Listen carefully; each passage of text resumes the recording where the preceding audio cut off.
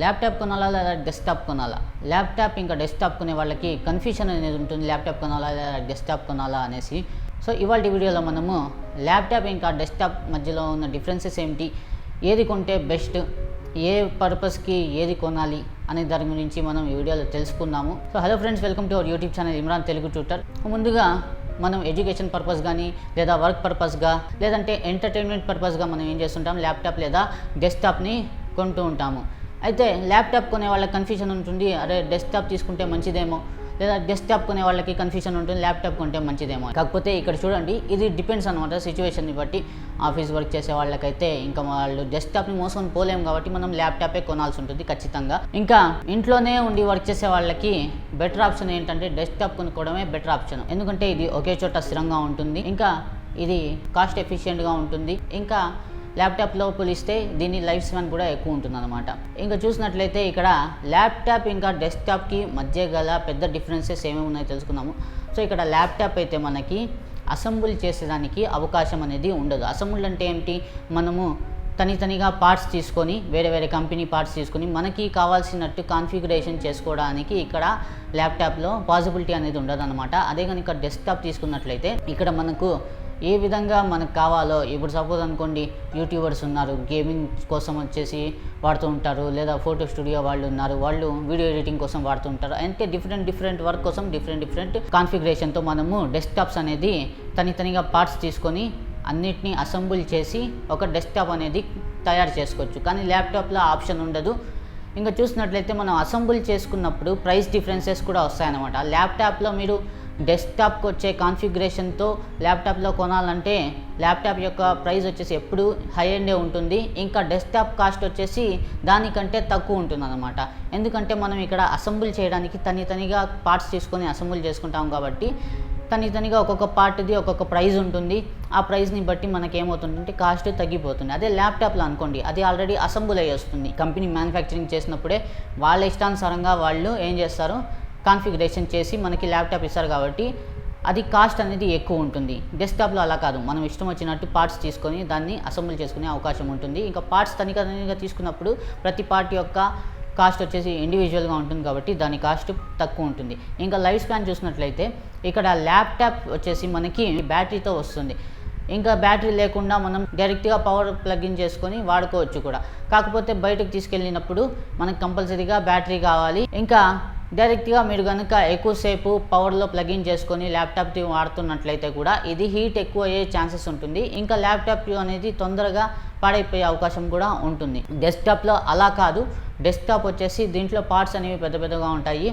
ఇంకా ఇది డైరెక్ట్గా పవర్ కన్జంప్షన్ ద్వారానే వర్క్ అవుతుంది. దీన్ని క్రియేట్ చేసింది పవర్ కన్జంప్షన్తో డైరెక్ట్గా వర్క్ అయ్యేలాగా తయారు చేస్తుంటారు కాబట్టి దీని మీద అంత లోడ్ అనేది అవ్వదు. ఇంకా ల్యాప్టాప్లో చూసినట్లయితే హీట్ ఎగ్జాస్ట్ అవ్వడానికి ఎంత కొద్ది చిన్న ఫ్యాన్ మాత్రమే ఉంటుంది. మీరు ఎక్కువ లోడ్ ఇచ్చినట్లయితే ల్యాప్టాప్లో అది సడన్గా ఆఫ్ అయిపోవడము, స్ట్రక్ అయిపోవడము, లేదంటే అది హీట్ ఎక్కువ ప్రొడ్యూస్ చేసింది అనుకోండి, రీస్టార్ట్ అవ్వడము, ఇలాంటి ప్రాబ్లమ్స్ అనేవి ల్యాప్టాప్లో ఉంటుంది.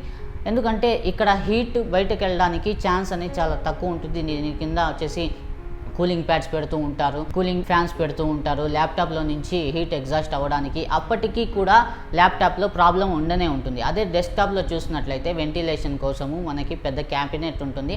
ఆ క్యాబినెట్లో బోర్డ్ అనేది ఎక్కడో ఒక చివరికి అతుక్కొని ఉంటుంది కాబట్టి మిగతా అంతా ఖాళీ ప్లేస్ ఉంటుంది కాబట్టి ఎయిర్ ఇన్ అండ్ అవుట్ అవ్వడానికి ఛాన్సెస్ అనేవి చాలా ఎక్కువ ఉంటాయి. కాబట్టి మీరు ఎంత లోడ్ ఇచ్చినా డెస్క్టాప్ మీద ఇది తట్టుకుంటుంది అన్నమాట. ఇంకా మనం డెస్క్టాప్ కొందాము అనేసి ఆలోచించుకునే వాళ్ళకి వచ్చేసి ఇక్కడ కొన్ని ఇబ్బందులు అనేవి వస్తూ ఉంటాయి. ఎందుకంటే డెస్క్టాప్ కొనుక్కున్నప్పుడు అది ఒకే చోట స్థిరంగా దాన్ని పెట్టి అక్కడ వర్క్ చేయాల్సి ఉంటుంది. అదే ల్యాప్టాప్ అనుకోండి, కన్వీనియంట్గా ఉంటుంది. దీన్ని ఎక్కడి నుంచి ఎక్కడికన్నా తీసుకెళ్ళడానికి కూడా కన్వీనియన్స్ ఉంటుంది. అంటే మీరు ఆఫీస్ పర్పస్ వర్క్ కోసం తీసుకెళ్తున్నారు, లేదంటే వీడియో ఎడిటింగ్ చేస్తున్నారు, ట్రావెలర్ అనుకోండి, ఒక చోటు నుంచి వేరే చోటుకి వెళ్తున్నారు, అలాంటప్పుడు మీకు ల్యాప్టాప్తో వాడుకున్నప్పుడు దీన్ని ఈజీగా క్యారీ చేసుకోవచ్చు. అదే డెస్క్టాప్ని ఈజీగా క్యారీ చేసేకి లేదు, ఒకే చోట ఇది ఉంటుంది కాబట్టి. సపోజ్ అనుకోండి, స్ట్రీమింగ్ చేసే యూట్యూబర్ ఉన్నారు, గేమ్ స్ట్రీమ్ చేస్తున్నాడు, లేదంటే లైవ్ స్ట్రీమ్ పాడ్కాస్ట్ ఇలాంటివి చేస్తున్నారు అనుకోండి, అలాంటప్పుడు వీళ్ళు డెస్క్టాప్ కొనుక్కోవడమే బెస్ట్ అన్నమాట. ఎందుకంటే గేమింగ్ కోసము మనం ల్యాప్టాప్ని యూజ్ చేసే గేమింగ్ ల్యాప్టాప్స్ వస్తాయే కానీ అంత పర్ఫార్మెన్స్ దాన్ని టాప్ నాచ్ పర్ఫార్మెన్స్ అనేది ఉండదు. అదే డెస్క్టాప్లో చూసినట్లయితే మనం ఎక్కువ లోడ్ ఇచ్చినా సరే అది తట్టుకొని ఉంటుందన్నమాట. ల్యాప్టాప్లో 8 GB ర్యామ్ ఇంకా డెస్క్టాప్లో 4 GB ర్యామ్తో సమానం అనమాట. చూసేకి 8 GB, కాకపోతే అంత వర్క్ లోడ్ ల్యాప్టాప్ తీసుకోలేదు. ఎందుకంటే దాంట్లో హీట్ ఎగ్జాస్ట్ చేస్తే పవర్ వచ్చేసి తక్కువ ఉంటుంది.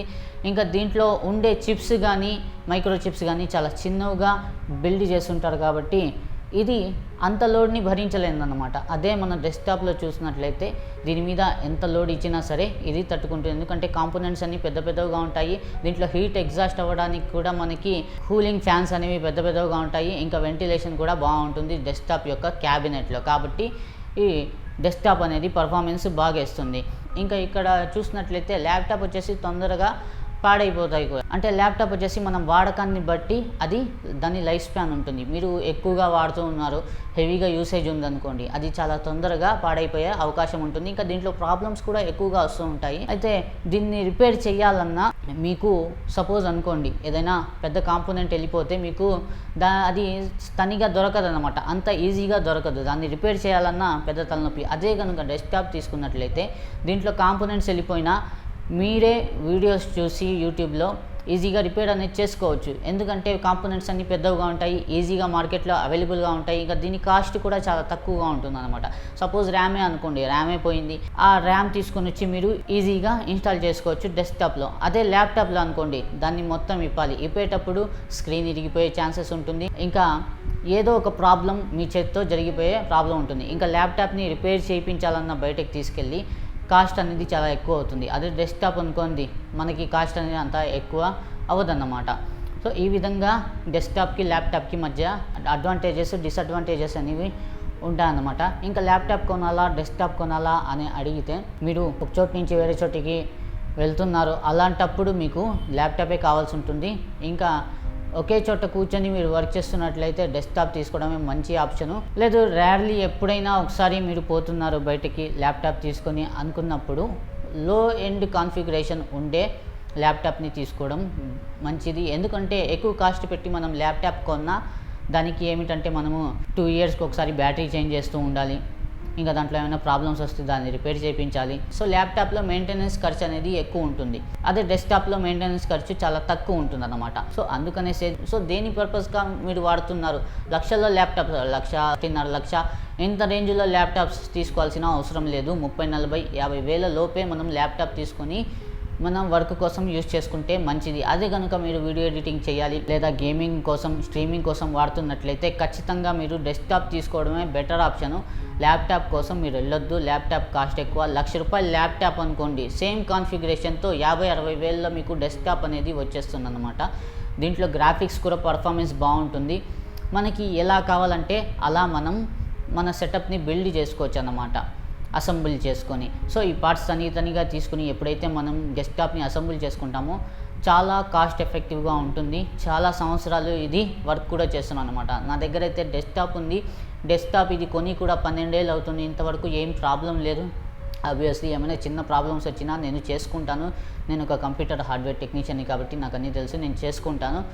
అదే బయట ఎవరికైనా రిపేర్ చేయాలన్నా దాని కాస్ట్ కూడా తక్కువే ఉంటుంది. మీరు కొన్న డెస్క్టాప్ను దాన్ని రిపేర్ చేయించుకోవాలన్నా కాస్ట్ అనేది చాలా తక్కువ ఉంటుంది. పార్ట్స్ చాలా పెద్దగా ఉంటాయి. మీరు ఈజీగా దాన్ని డిసెసెంబుల్ చేయొచ్చు. పార్ట్స్ని కూడా మీరే ఈజీగా చేంజ్ అనేది చేసుకోవచ్చు. ల్యాప్టాప్ అనుకోండి దాన్ని ఇప్పడానికే చాలా కష్టపడాల్సి వస్తుంది. సో ఇదంతా చూసుకున్నట్లయితే ల్యాప్టాప్ కొనేవాళ్ళు మీకు డెస్క్టాప్ కొనే ఆప్షన్ ఉంది.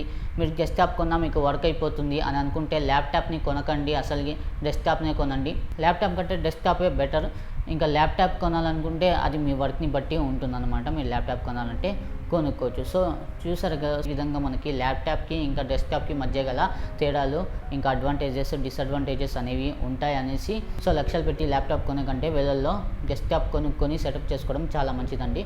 అసలు మీకు వీడియోలో చెప్పిన విషయాలు బాగా అర్థమని ఆశిస్తున్నాను. ఇంకా టాపిక్కి సంబంధించి మీకు ఎటువంటి డౌట్స్ ఉన్నా మీరు నన్ను కామెంట్ సెక్షన్లో అడగొచ్చు, నేను మీకు రిప్లై చేస్తాను.